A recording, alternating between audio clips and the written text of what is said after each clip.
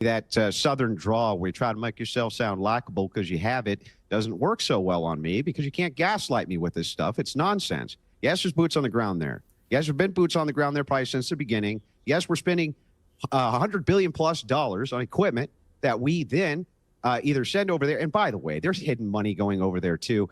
This is such nonsense. Just stop gaslighting the American people. Stop it. We're not stupid. We've seen this on repeat so many times now. Andrew Wilson went on Piers Morgan Uncensored and took down a couple of woke idiots for just insane statements, as Andrew Wilson is so skilled at doing. We also have Dave Smith on this panel who helped out a little bit and taken down these woke idiots. And, you know, Piers Morgan also chimed in a few times as well. Let's get into this clip here where Andrew Wilson absolutely annihilates a couple of woke idiots here live on this Piers Morgan Uncensored panel. Let's check it out. It's not pallets of ammunition, of money that are loaded onto a C-17 and then delivered into Ukraine. It's money that is spent replacing or buying ammunition, refurbishing old equipment that is then loaned or given to Ukraine. And of course, there are no U.S. troops in Ukraine except for those officers that are assigned to the embassy and the Office of Defense Cooperation, whose task is to make sure accountability of every javelin, every artillery round, every set of binoculars. Oh, you can shake your head if you want to. That's a fact.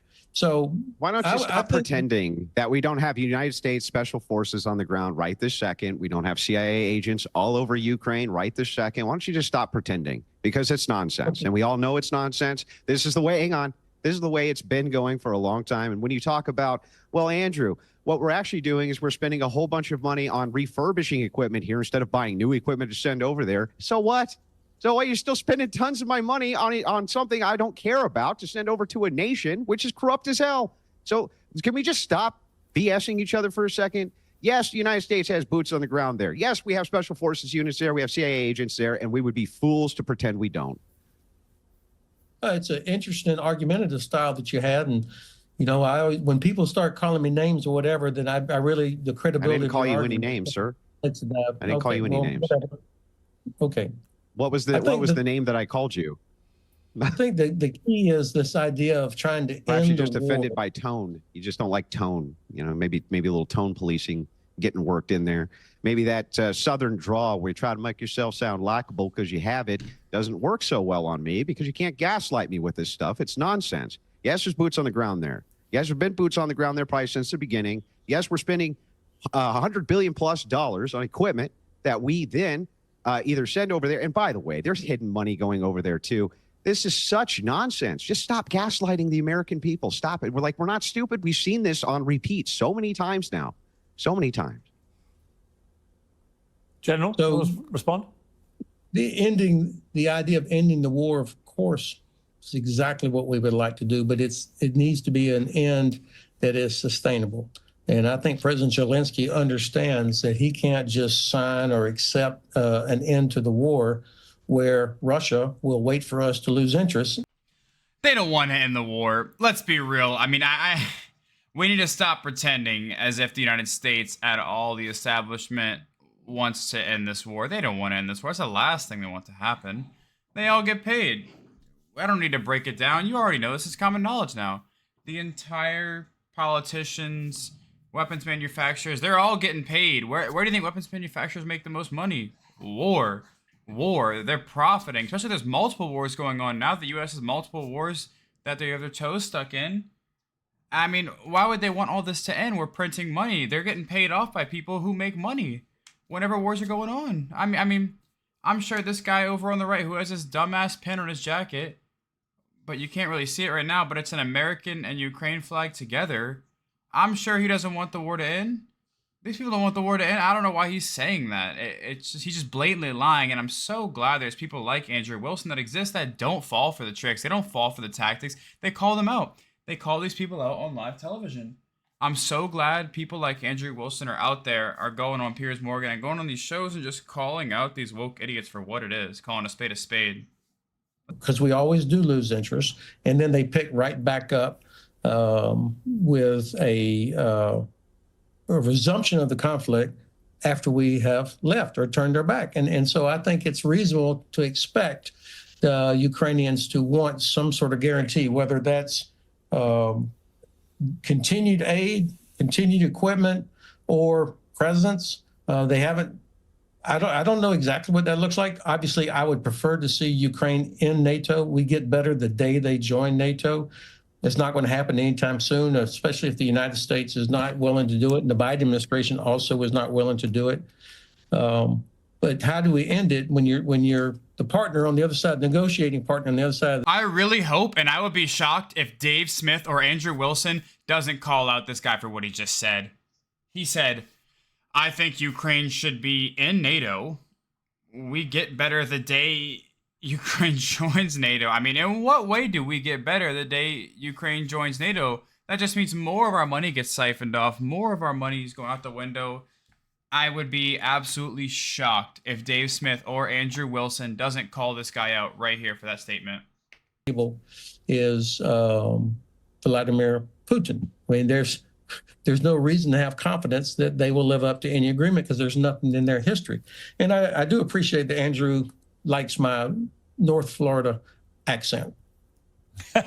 Well, let me bring in Dave. I want to bring in Dave.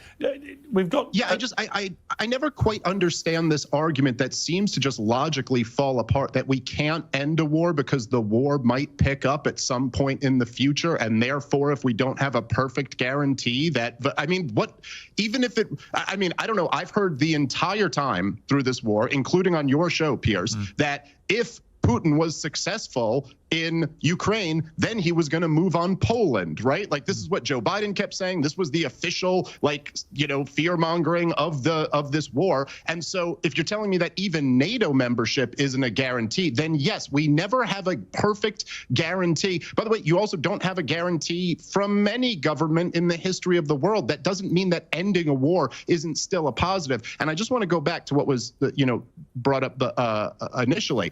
You know, the idea that this was a case of failed deterrence, and that if only we had deterred Vladimir Putin. If you enjoy content like this, then make sure to leave a like and subscribe to the channel. It really does help me out a ton. Let's get back to the video. Sooner, then we could have avoided this whole thing. I mean, let's just kind of quickly overlook the last 20 years of U.S. foreign policy in Europe. We've expanded NATO all the way to Vladimir Putin's borders. We constantly floated out the idea for years that we would include Ukraine at some point, give them full membership. We said point blank in 2008 at the Bucharest summit that we were bringing Georgia and Ukraine into NATO before Russia ended up going to war with Georgia there. And then we I mean, look, Piers, like we've done this before on the show too, right? But just imagine, if you can, have a little bit of strategic empathy and put yourself in the Russian shoes. If Russia, let's say the Soviet Union had never collapsed, and the Soviet Union had poured $100 million into a Mexican street protest that overthrew a democratically elected government, and they had been saying for years they were going to bring Mexico into their military alliance, and then when the new government came up, they recognized them immediately and started arming them, as Donald Trump foolishly bragged about the other day with Zelensky in the Oval Office. Pierce, do you think Americans would feel that was deterrence, or do you think we might view that as a provocation? I mean, like, it's just, stop by using the way, logic, when Dave. Donald Stop Trump, using logic, Dave. Well, look, well, let me ask, well, rather than me try and answer a very logical question, let me get Jake to respond to that. It is actually wild that if you do use any sort of logic here, these people, these woke idiots, their arguments just completely fall apart. And I've just heard so many different ways of going about tearing apart their arguments. That one that Dave Smith and Andrew Wilson just brought up right there has to be the simplest one. If the United States was in the same exact position as Russia, and there is this foreign adversary group that is literally designed around you being the enemy, the United States being the enemy, started moving closer and closer to your border and taking up more and more space around your border, touching your border, do you think the United States would have a right to retaliate? If they say, hey, stop doing this, and you continue to do it, do you think the United States would have a right to retaliate? Yes, the answer is 100% yes. And then instead of actually engaging with the hypothetical, all these people that are on this panel, people like Destiny, David Pacman, these sorts of people, they'll just be like, oh, you Putin simp, you love Vladimir Putin. It's like, no, man, my brain, just logic works whenever it enters my brain. That's the difference between me and you. Whenever I try to counter your argument with logic, you just say that Putin sympathizer, Russia lover, whatever they're going to say. That's all these people have. That's it. That's their only comeback. And man, it just doesn't work anymore. And the American people, which I never thought this would happen, but the American people now see through this nonsense. And they see a lot of them do see the world the way that Andrew Wilson and Dave Smith are seeing it here, and even Piers Morgan as well. Because that's a logical way to deal with situations and think about things. So the first thing that he said, what is the concern if Russia takes Ukraine? If Russia can't even go 60 kilometers deep and take the city of Pokrovsk, what is the threat to NATO? And it's, yes, absorbing a country of 40 million people, absorbing a country that has $10 trillion of natural resources under the ground. It's the strategic location on the Black Sea. If Russia absorbs Ukraine, they will Russify the people. They will annihilate the Ukrainian identity, turn them into Russians, and then start press ganging them into the military and send them into meat wave attacks against the Baltics, against Poland in the Suwalki Gap. We're trying to prevent Russia from getting stronger. And I don't care about what Russia thinks or feels. Russia is not a great power. Russia has an economy the same size roughly as Spain. Do you think Spain is a great power that the United States should respect? Exactly, dude. Listen, we are in the business of trying to be a world empire, and we're going broke. We're $36 trillion in debt because we can't afford to do it. We've blown $8 trillion in the last 20 years on foreign wars. Why is Donald Trump talking about invading Greenland? Why is Donald Trump talking about invading Panama? I don't agree with Why that. is Donald Trump talking about annexing Canada? Why is he talking about ethnic cleansing in the Gaza Strip? Conversation. That's what these people do, man. They just assume because somebody disagrees with them that they're a huge Trumper. That's not Dave Smith. That's really not him. He's one of the few people out there. You know, him and Andrew Wilson are a couple of the few people out there that have original thought, that aren't all the way for Donald Trump and everything Donald Trump does must be right. He can't do any wrong. They're not like that. And you playing this whataboutism game, saying, you know, the same game you play with a lot of these other idiots that have YouTube channels that simp over Donald Trump constantly. You can't do that with Dave Smith and Andrew Wilson, man. It doesn't work. They don't do that. And, oh, you can't say, oh, Donald Trump did this. Dave Smith's just going to say, okay, good for him. I don't agree with what he's saying. And it's funny how he made the point and fell right into Dave Smith's trap and Andrew Wilson's trap here multiple times.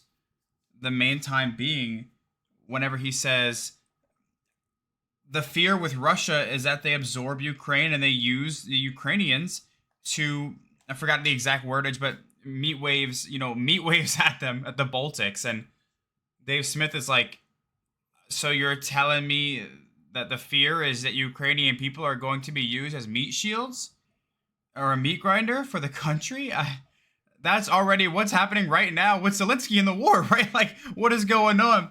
You know, look, I'm really curious to hear you all's thoughts on this in the comments below. Please let me know how you're feeling about this, about Andrew Wilson, Dave Smith going on Piers Morgan and just absolutely torching the entire woke panel here and the whole part about the war. That's it for me today, though. I'll see you all in the next one. Peace.